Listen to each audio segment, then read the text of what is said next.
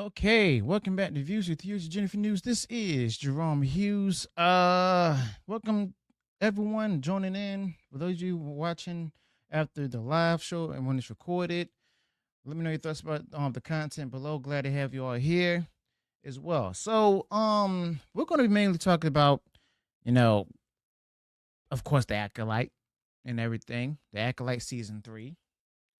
And with that being said, that the different backlash as well as even the I've uploaded a video earlier about John Favreau and everything about like the rumors on surrounding his reaction to it as well. So yeah, that was also pretty interesting. But other than that, we're gonna go ahead and jump right into this for the next hour or so. Might be less than an hour because there's not really much to say about these different things. I'm also going to be going into details about, not only the Acolyte, but also the Rey Star Wars movie and the announcement for the title, even though they still don't have a script for it. And then got some more Kotaku senior editor Alyssa McConte drama explaining why she refused multiple fight offers after refusing the challenge to fight that she put out there. Okay.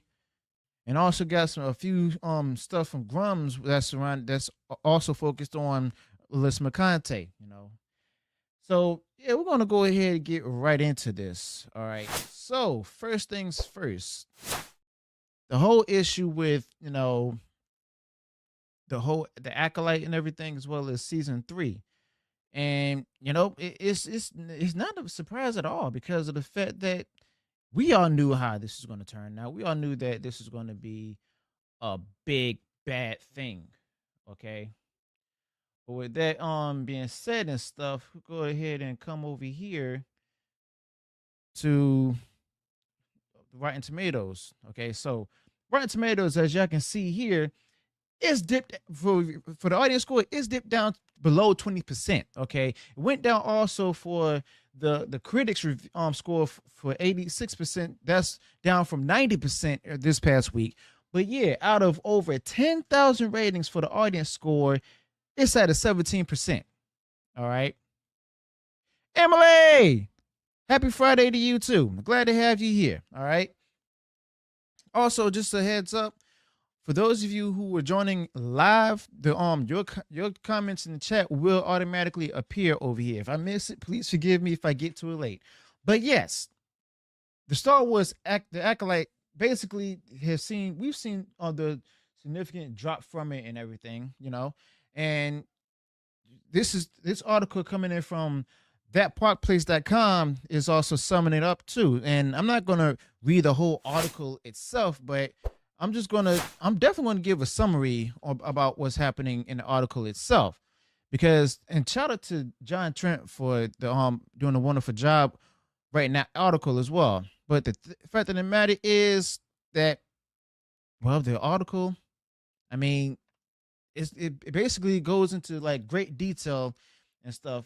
So yeah, you can find this over on thatparkplace.com and read it for yourself. But I made a summary of notes here. I'm going to go ahead and share them with you all. So basically, what this article is talking about, that the Acolyte is seeing a significant drop in the audience scores following the introduction of the show, as well as leading up to episode 3 that everyone's talking about. Okay.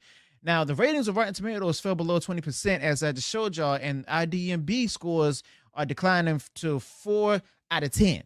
Okay, and that's just it's sorry but not surprising. Okay, with most of the reviews giving it a 1 out of 10.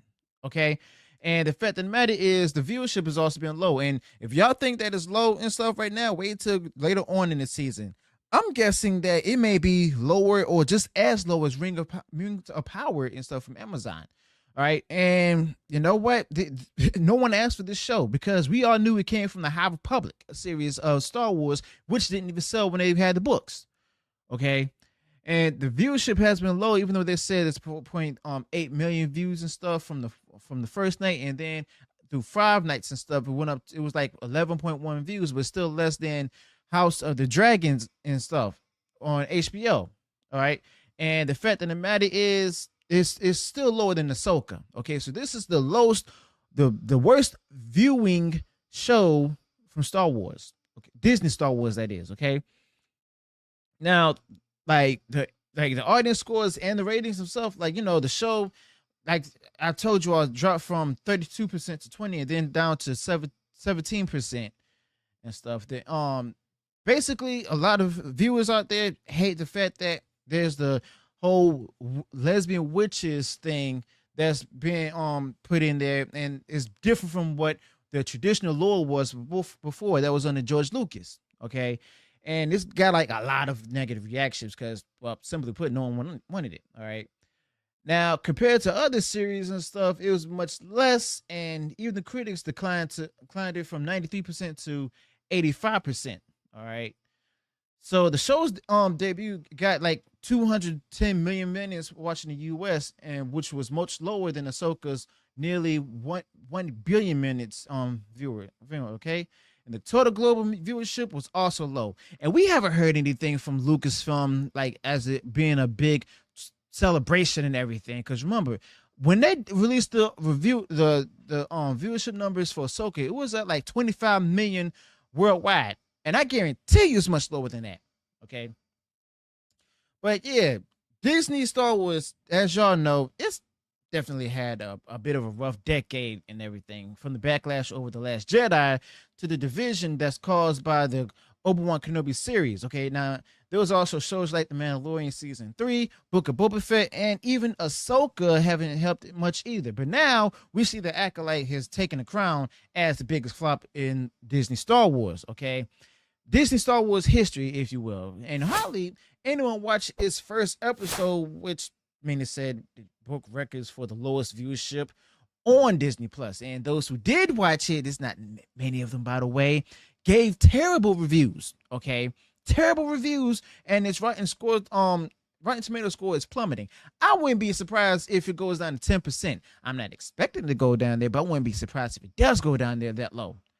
Okay, now the Acolyte episode 3 was really bad with the especially the whole thing with the lesbian witches and stuff, how they came together and make two twin little girls and stuff. It's been a complete mess. And we've also learned that Leslye Headland, who's the showrunner of the show itself, sought guidance from Dave Filoni. Yes, the Dave Filoni that many of us thought was against what Kathleen Kennedy was putting out there, but instead we come to find out he was actually for it. Okay, the whole time. All right. He tried to bait and switch us because of the fact that we've seen what he did on The Mandalorian Season 3. Okay. And, it's clear that Dave Filoni and Kathleen Kennedy always been on the same page. And Dave Filoni, he's always been involved in the series from the start, just like he was with Kenobi. All right. So we gave, Dave Filoni the nickname Dave Baloney. Okay. Because everything that he says, it's just a bunch of lies and everything.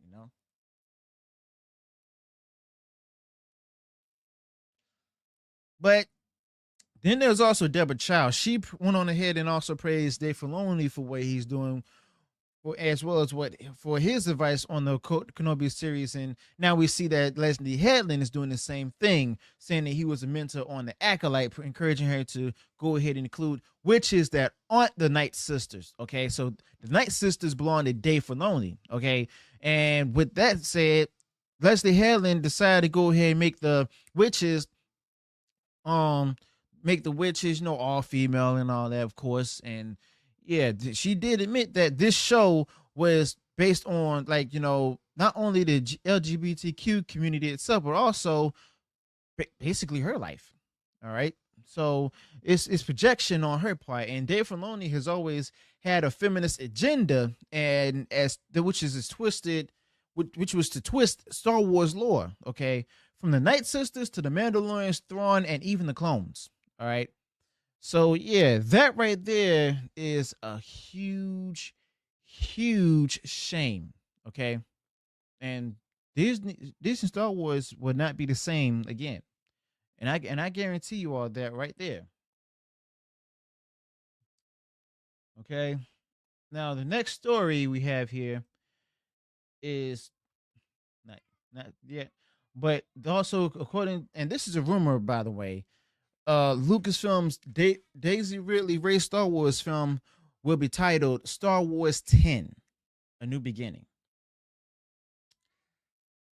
So I've also summarized this article right here that also came from that park place, and it's it's just another thing that no one wanted. Okay, so basically, my summary here from this article that I read before shows that a new rumor is actually suggesting that the upcoming Star Wars film featuring Daisy Ridley as Rey will be actually titled Star Wars 10: A New Beginning. Now, this film is expected to continue the Star Wars saga, introducing new themes as well as storylines, and then the filming is supposed to take place start this later this year at various different locations worldwide.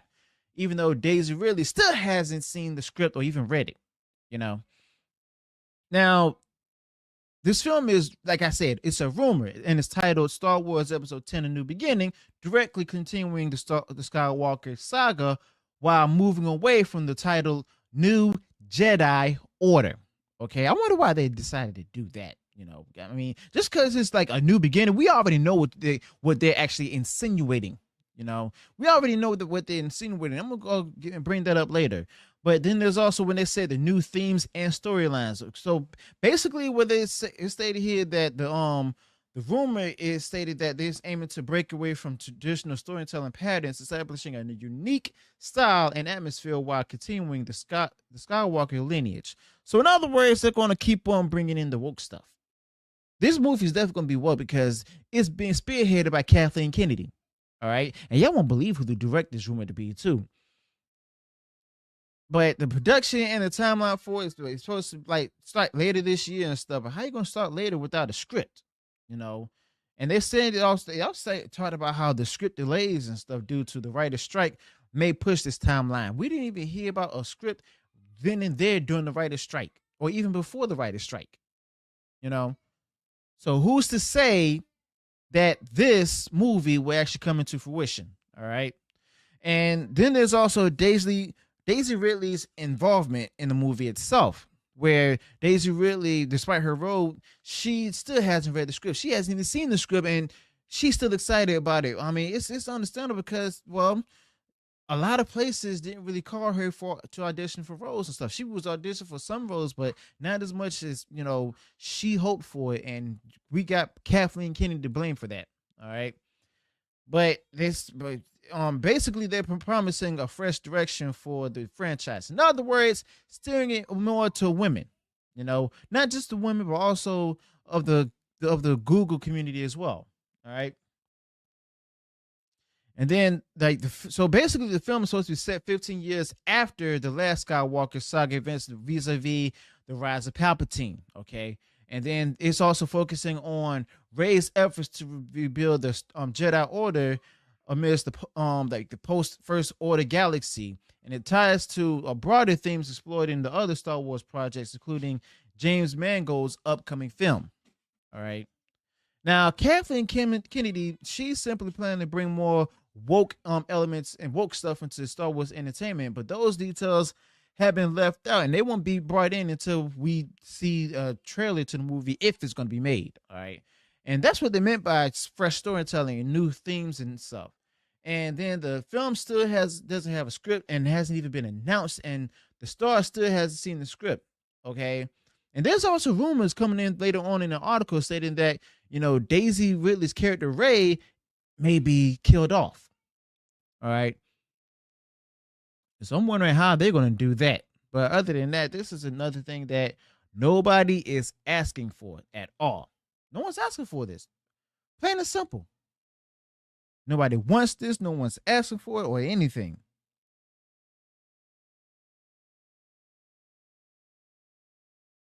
Simply put, the Star Wars brand is dead now. I didn't want to admit it before. Now I'm seeing it. And the fact of the matter is that I guarantee you all, when all of this is said and done, after the whole thing with the Acolyte, because if you notice a pattern that all the creators and stuff are making about the different shows and stuff, not just Star Wars, but also other Disney stuff as well. Like they'll insult you in the beginning and stuff when you like people give like honest feedback and reactions to it. They'll insult them, give them doing all the name calling, calling them every estaphobe in the book. But later on, when they see that, the show or the movie is not successful, that's when they beg for them to come back. That's when they crawling back. Or they might even say stuff like, why, like when they say before, this thing is not for straight white men. Later on, when it's not successful, all of a sudden they say, where are all the straight white men? Why they not watching this? Why they not buying the merchandise? Why they not talking about it positively? But it is what it is at this point. Everybody's done with it. Okay.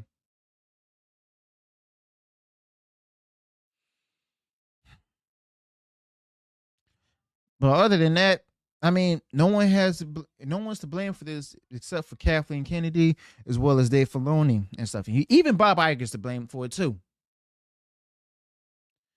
So yeah, there's that.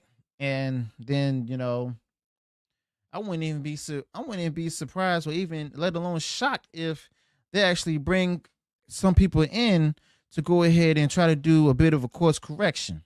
It might as well be course corrected because it's been ruined into oblivion.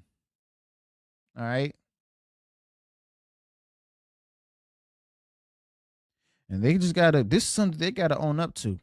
But we all know that they're gonna be blaming people and stuff for the kind of mess that they got themselves into or the mess that they put out there.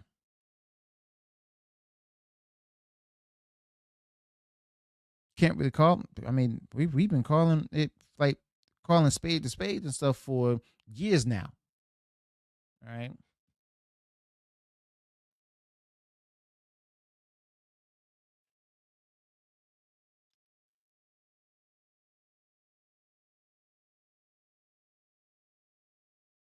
And of course, the Star Wars, the Acolyte audience score got even worse and stuff for Disney and Lucasfilm. Like I told you before, I mean, they're not going to get anybody back for that. The only way that they'll get people back is if, well, I don't even know if people will come back. Even if Dave Filoni is gone or Kathleen Kennedy's gone, or if Jon Favreau even takes over as president of Lucasfilm, even though we believe he won't and stuff. But even though all that said and done, still might not get everybody back, all the fans and stuff back into the fandom. And it's sad. It's really sad. If you're welcoming to go ahead and watch Star Wars again one day, if it gets better, let me know your thoughts about that in the chat. Also, if you feel that it's done, it's dead on arrival and everything, or you've given up on it, let me know about that in the chat too. I want to hear your thoughts. I'll also read them to you aloud as well. Now, me, I don't know. I mean, I'm not angry about it anymore. I was angry. If you've seen me on the Pro Show as well as Lorena Creole's show, the Spice Lounge and stuff, you've seen that I got angry about it. I'm not gonna lie. I admit it. I got angry, but at this point, it is what it is right now. They're not gonna listen to us. This is exactly what they want. This was all pre-planned. The kind of reaction they want to get from us, their anger and everything. They want that because of the fact that they know that we're going to leave it. But the problem is they don't know that they're not going to get any newer fans and stuff as much as the older fans were. I'm talking about the OG fans from the 70s up to now. Okay, those who like the core fans or the core audience sense are those who are over 30 years old. Over 30 years old, who's been living back in the 70s and stuff, who saw the first Star Wars movie back ever since the 70s. They lost those audiences. They were done with it. They also don't want to they got tired of being called every Istanphobic and book, being called sexist, racist, being made fun of and all of that. And also, being mistreated poorly on what was then Twitter, which is now X. All right. So you told them that it wasn't for them. You told them that, if you don't like the politics, don't buy it. If you told them all this stuff, and then next later on, you're going to go ahead and you see that it's not doing so well. Either you get crickets or they're also wondering, It's just because all the sexist and stuff of review bombing it and everything. Emily had actually stated in the chat where I feel the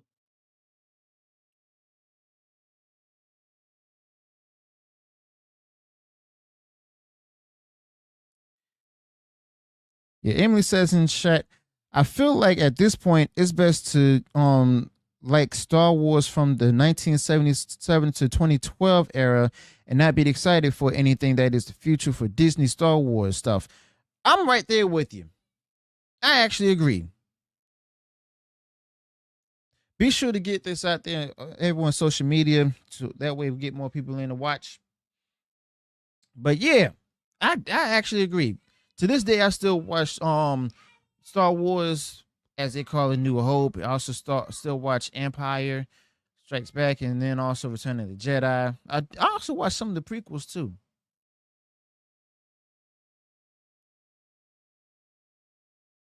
Some like but one time, like a couple of months ago, I did watch, the Mandalorian seasons 1 and 2. I didn't do 3 again. That's not rewatchable for me at all. I didn't even finish the season finale of season 3 of Mandalorian because I saw the different spoiler reactions and stuff, and after what they did to heavy infantry on the episode that led up to the season finale and stuff, like when they killed him off, I was done.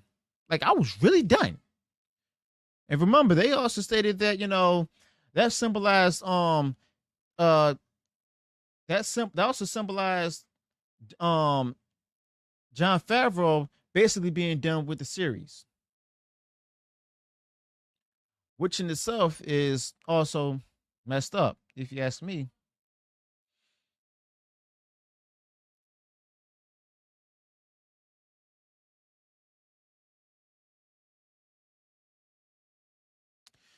So yeah, there's that. On to the next story. We all know who she is, right? Big Melissa McConaughey, head editor of Kotaku, the blog site that's about to go under. Y'all remember when she actually challenged different people to a fight and everything, right? But now, apparently, she's refusing multiple fight offers after issuing the challenge to fight herself. She's basically she got exposed and stuff. She's now seeing that she can't let her mouth write the checks that her butt can't cash. And the first person that actually volunteered to fight her was Vera Dark, the other YouTuber out there. And then she got multiple fight offers and stuff where she declined them and stuff, and she was refusing multiple fight offers where she cited concerns over money making and promoting hate as reasons for declining, insisting on charity only matches. And despite her initial aggressive stance, she declined organized fight proposals, leading to different accusations of her being a coward as well as insincere. I'm actually going to read this article, okay? So it says here, Kotaku senior editor Melissa McConaughey is attempting to explain why she's refusing to fight anyone after being the one to issue the challenge to fight, okay? During an appearance on Giant Bomb, McConaughey issued a challenge. I want people in the industry to be a little bit louder about people being mean to other people, and maybe hold up. Being mean to other people? Really? So you want people to go ahead and get upset at people for being mean to other people when you're the one that's being mean to people? Redheaded. Oh, hypocrite. So she went on ahead and went on to continue saying, maybe say we don't want you around if you're going to be a C word and hateful in the games industry naturally, not because anyone making them be diverse, because the world is diverse, you stupid mother effer. And if you have a problem with that, come fight me physically, B word. Now I'll leave after Just issuing the challenge, one of the other individuals in the room asked if anyone had taken her up for that. She responded, no, because they're peas. And as y'all can see here on X, very dark actually challenge responding to that challenge says here can't hit up this little bee who's hiding behind a block, so um send me a DM and let's talk much detail, match detail. I mean,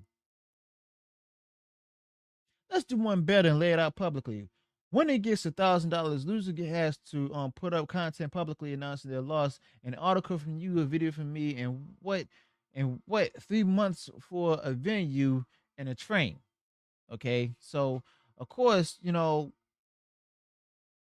yeah, other people. Mary Jade actually looking forward to fighting her, and here she put also uploaded pictures of her trophies and stuff in martial arts. Mm.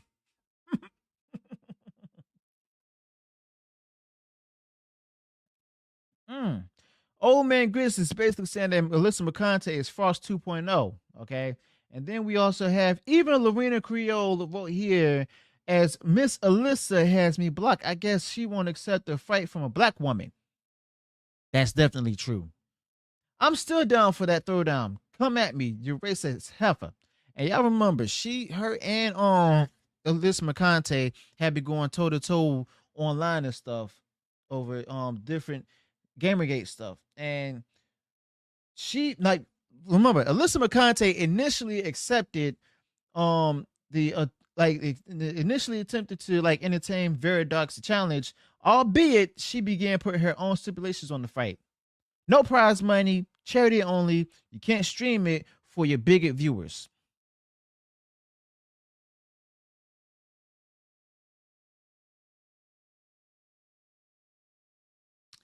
Alyssa McConaughey's scared. I'm just putting it out there right now. I'm putting it out there right now. She's scared. She's scared because she knows she can't fight. She's scared because of the fact that she, a lot of people are watching this and stuff. I'm wondering exactly how many people out there on her side there are. Like, who has the bigger support, her or Vera Dark and stuff? I mean, it could be, I mean, I asked that because Kotaku was once like a big site and stuff, but then over the years, the numbers died down because otherwise they wouldn't have sold to other people, as well as the fact that, they wouldn't be in as much trouble as they are right now. I'm not even sure if they sold to people or if that's someone else. But anyway, Alyssa McConaughey got herself into something that she's having a hard time getting herself out of. Because it says here, however, she quickly made it clear she had no intention of fighting anyone when Daniel M. Keem, who runs Happy Punch Promotions, a company that organizes and promotes influencer boxing, approached both McConaughey and Dark to set up a match. Now, Alyssa McConaughey made it clear she had no interest in backing up her words. Interesting. And Keemstar posted, "Dear Alyssa McConaughey, Vera Doc, Happy Punch will help you get set up your fight." McConaughey promptly replied, "Not give you any money, thanks." Unreal, unreal. And she will also double down on this excuse multiple times, where she wrote, "You will earn money from this, and I dislike you." Okay, okay, yep. I've never suggested to anyone to try not to take anyone seriously and everything, but people, I think it's time that we go ahead and stop taking Alyssa McConaughey seriously. Well, I mean, we haven't even taken her seriously before, so why should we take her seriously right now? I stand corrected on that one. And it's a shame right here because of the simple fact that we have here an editor who's talking a lot of smack out there, but whenever she's getting what she asked for, all of a sudden she doesn't want to do anymore. She put up different excuses. It's not going to be for profits. You're just going to make money off of it. It's going to be for charity only. She's scared. It's that easy. She's scared. And then she followed up in writing, that so the promotion, the refereeing, the security, how do you pay for that? Who earns money from the ticket sales? If all the proceeds from the event go to the approved charities, that's a different story. But no morally corrupt person is making money off me. Hope that's clear. I guarantee you all, even the charities and stuff are gonna be the liberally politically biased charities and stuff that she's choosing. And if anybody like Rick Dark or anyone else and stuff who she's fighting will also want to put a charity out there, she's going to disprove it. I guarantee you that's what she will plan to do. She's a coward. She's a coward and she's also insecure. I said it. And I don't care because if she hears, because she got me blocked on X, and I got her blocked on X again, because I guarantee you that she might unblock me one day like she's done a few other people, and then next thing you know, she's gonna try to say some things and try to block me again. All right.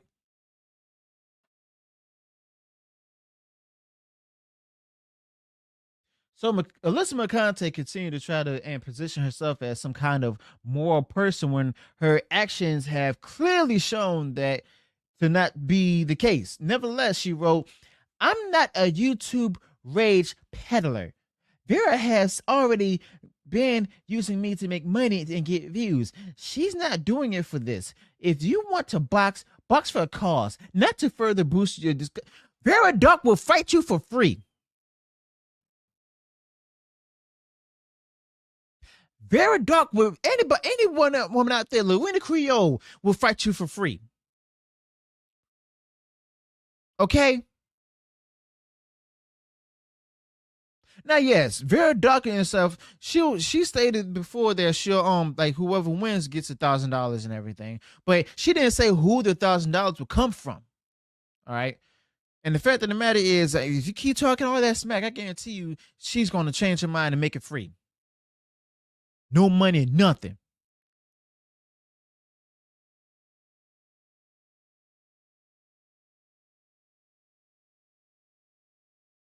And no, another one of the you rage peddlers can't host it either. I'll fight in a gym anywhere. This isn't about clout. It's about what's right. I'd cross that girl up.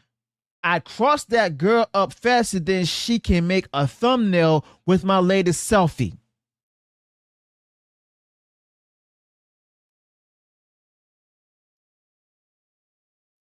She said mm.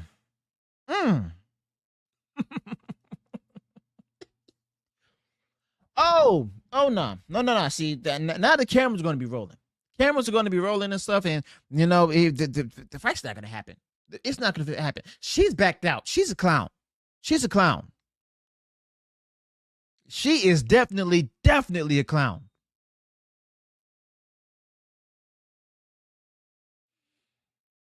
So she also added, this was always just another way for her to farm engagement, as proven by the fact that she never responded to my DMs. She's soft.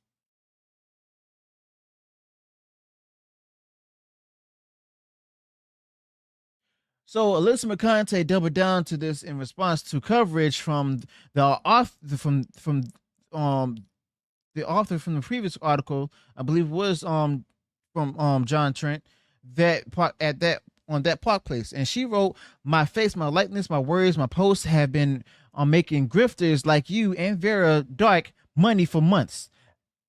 Excuse me. I would not help contribute to that with a fight that she can stream and earn money off of, as I won't make any money from it."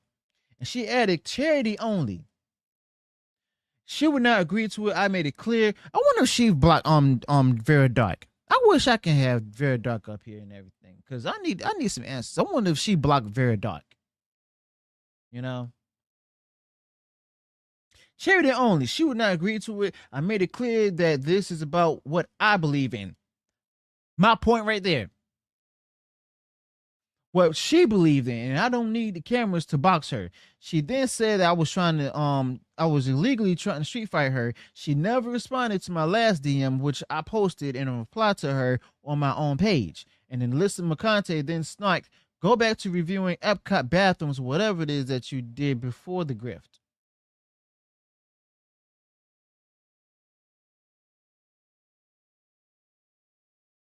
This is similar to what Alyssa McConaughey DM'd to Dark, which Dark, very Dark, shared to X on June 12th, and she wrote, "You make money off of clout chasing and art baiting.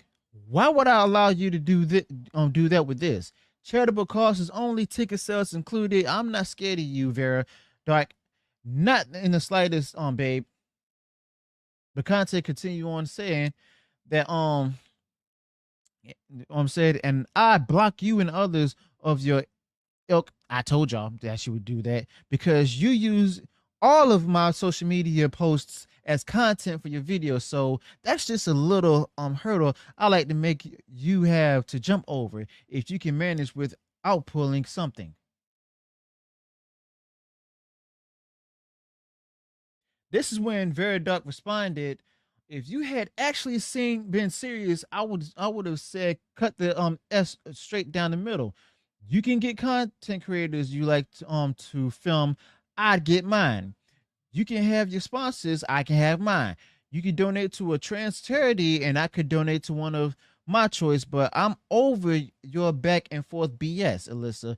I don't play this game of blocking and unblocking people I don't like. I told y'all that's what she does. I have no people blocked for a reason. If you're gonna about me in public on a public platform, don't hide from me, and that's your game. I luckily don't have to play." And she concluded, "If you had a chance at a professional level event being set up and said no instantly, you rejected my stipulations from the start because you didn't want me streaming it to my bigot viewers, and you then said you're busy you're a busy gal working. Get back to writing video game guys then, because working your hardest isn't getting you far. I put up more content in a week than you put up in a month." Yep, Alyssa McConaughey's scared. She is definitely scared. Oh, well, we're not going to stop hearing stuff. We got some stuff here from Grums and stuff about Alyssa McConaughey, what she said. So, Alyssa, this is on a different subject, by the way. Alyssa McConaughey, Grums caught wind of what she was saying and stuff. He says here, Kotaku senior editor Alyssa McConaughey tried to take down Gina Carano by falsely accusing her of being a transphobe in a viral tweet, reaching millions of views. Now, Gina Carano is coming for Disney, and what Alyssa tweeted is likely to be quoted in the legal filings for defamation. Notice how Alyssa never challenged Gina to a fight, but has anyone else? So this is the tweet that Melissa McConaughey made in reference to Gina Carano, even though you see like some of the vowels that's taken out of Gina Carano's name. All right, and this is the different actors that was also on the first, like, season 2 and season 3 of The Mandalorian. All right.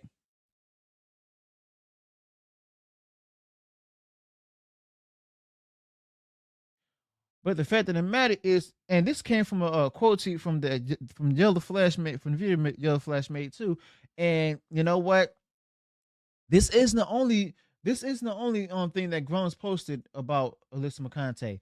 So he also shows here how master of the TDS and stuff, as y'all know, Gothic Theory on YouTube, Kotaku have bots.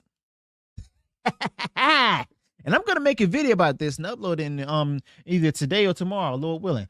But it says here, Kotaku bots exposed. Master of the TDS compiles all the botting Kotaku uses. His story is interesting. He was widely disclaimed by some people, including a call out by Asmongold, but he persisted and eventually exposed a huge blue check botting farm. X took notice, and he now directly assists in their efforts to fight bots on Twitter. Congrats. Let's go through this right quick if it comes up. Oh. Oh yeah. That's a lot of stuff right there.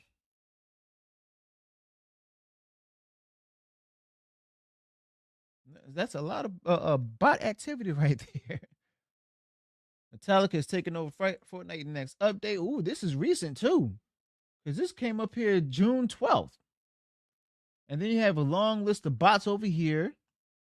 Keep going. New updates just made the PS5 and Xbox Series. Basically, they're getting bots so that way they can make it believe that more people are actually going ahead and read the articles that they put out. That's what it is. It says here from Master TDS, it says, I posted this about this last week, but it appears that many bots have been active in the comments of numerous Kotaku posts and articles. These comments all seem very similar. And yes, that's how bots usually work. These comments all seem very similar, and many get cut off before finishing their responses, almost as if they hit a character limit. And it's worth noting that these bots also comment on other articles, but they are particularly focused on Kotaku articles.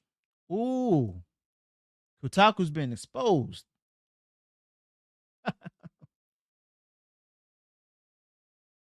A bunch of good reviews and stuff, a bunch of good praises and all of that. Yeah. Ooh, this is interesting, but not surprising.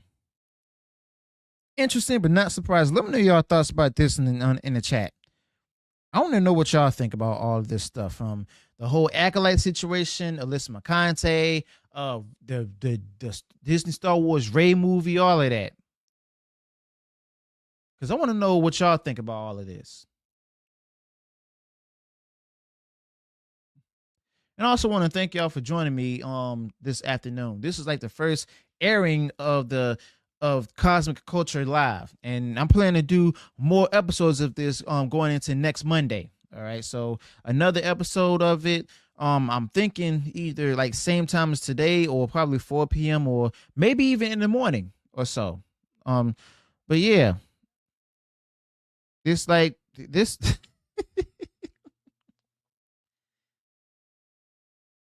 establishment media is losing, and I'm all happy.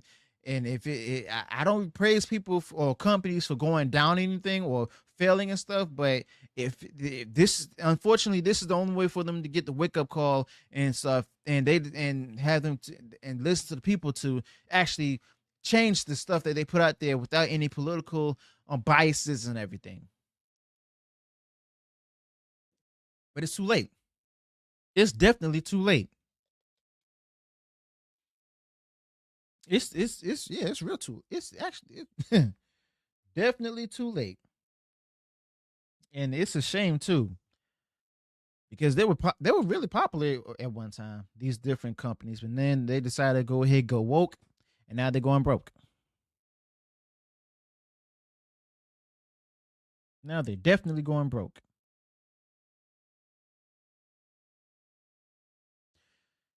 Well, we got through this like in under an hour. That's really interesting.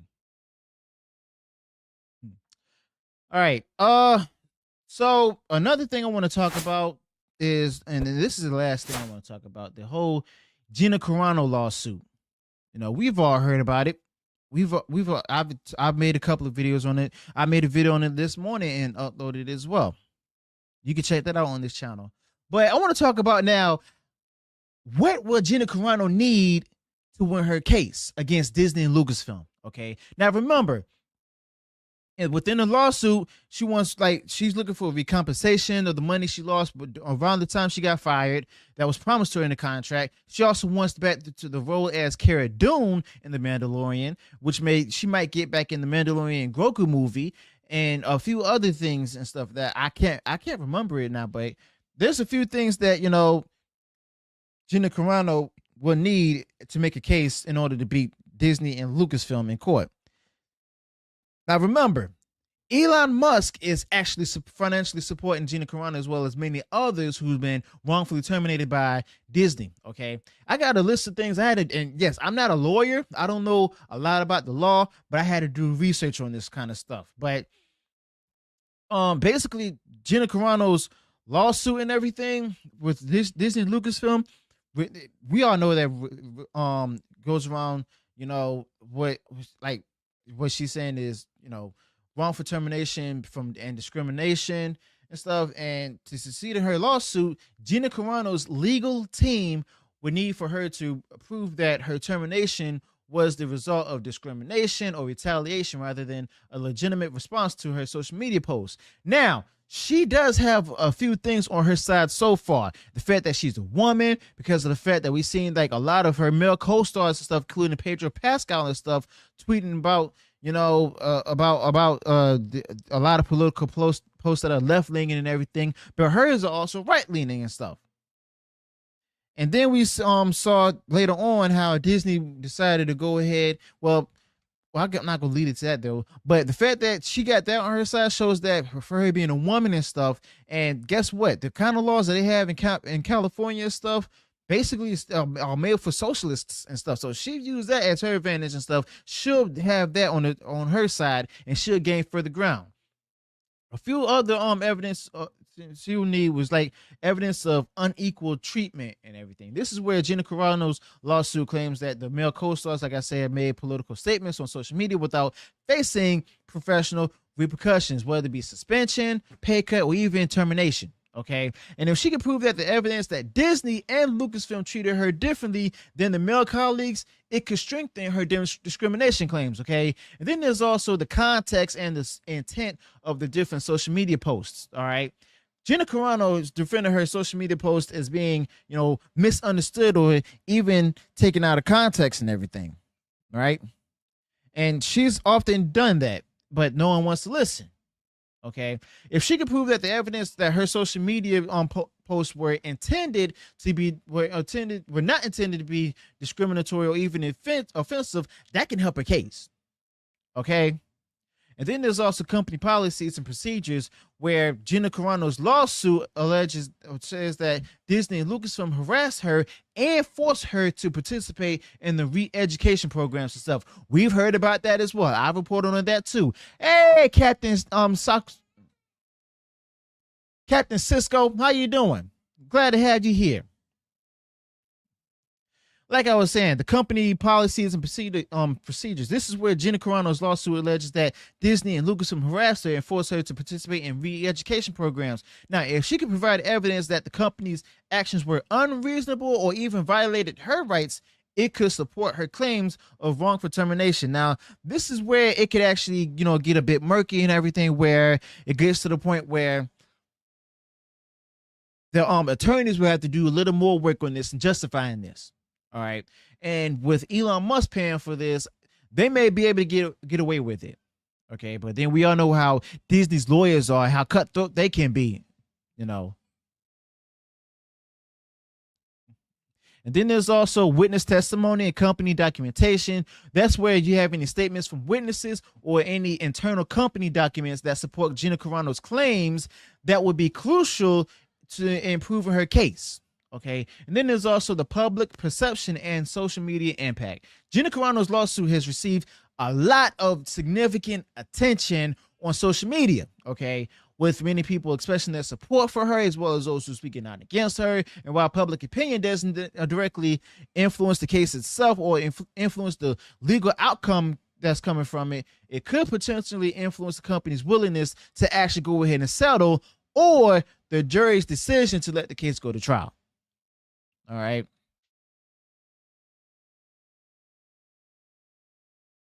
We got a lot of people. I had a few people commenting on previous videos talking about how the fact that she doesn't really have a case, but they won't even say that she wouldn't have how she doesn't have a case. You know, they just call her a liar, saying that Gina Carano is a liar and Bob Iger is the one that's telling the truth. Bob Iger's the real one and everything. No. Bob Iger was the one that fired Gina Carano. It was Kathleen Kennedy. Okay. Or maybe Bob Iger did fire her, and Kathleen Kennedy was given the go ahead to go ahead and terminate her. Bob Iger probably wanted her gone, and Kathleen Kennedy, we all know she wanted her gone, but Kathleen Kennedy and everyone else decided that, you know, they found a reason to go ahead and fire her, which isn't a good reason, by the way.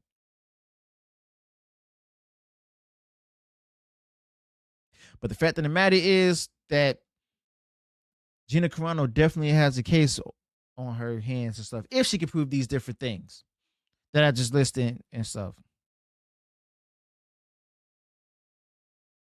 Let me know. Do you think Jenna Carano has a case, or does she not have a case? Let me know in the chat. I want to hear your thoughts. And they're going to come up on this screen on my left side, which is your right side. All right. Because I think she does have a case if she can prove these things, if she kept all the evidence. You know, she didn't delete. We know she don't delete any of her tweets and stuff. And then there's also the receipts and stuff where she was told or made to go ahead and go to the different the force diversity trainings and stuff.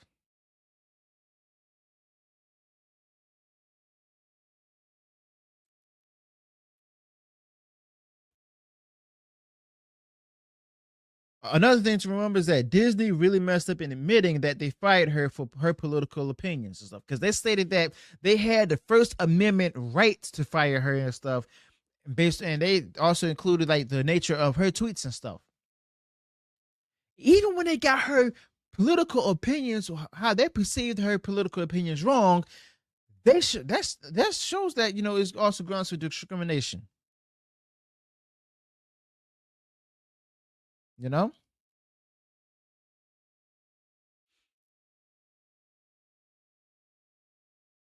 But yeah, I'm glad that to have you all here today. Looking forward to have you all on the next episode of Cosmic Culture Live. It's gonna be again next Monday. Still deciding on whether to have it around like 10 a.m. or possibly even around 3 or 4 p.m. on Monday. But try to like if there's someone try to have it on like at least every weekday or every other weekday and everything. But yeah, I'm looking forward to having some more guests on. Looking forward to getting Mexican Iron Man back up here. Try to get Coach Casino up here. Maybe even WW Pro if he ever has time. All right. So thank you all for joining me today. I want to thank you all for your support. Glad to have you all here today. Looking forward to see you all next time. And remember, go ahead, if you enjoyed all the content that I put out there, go ahead and smash the like button, share far across social media. And if you haven't done so already and you enjoyed all the content that I put out there, go ahead, subscribe to the channel. Click the bell notification so that way you're notified of future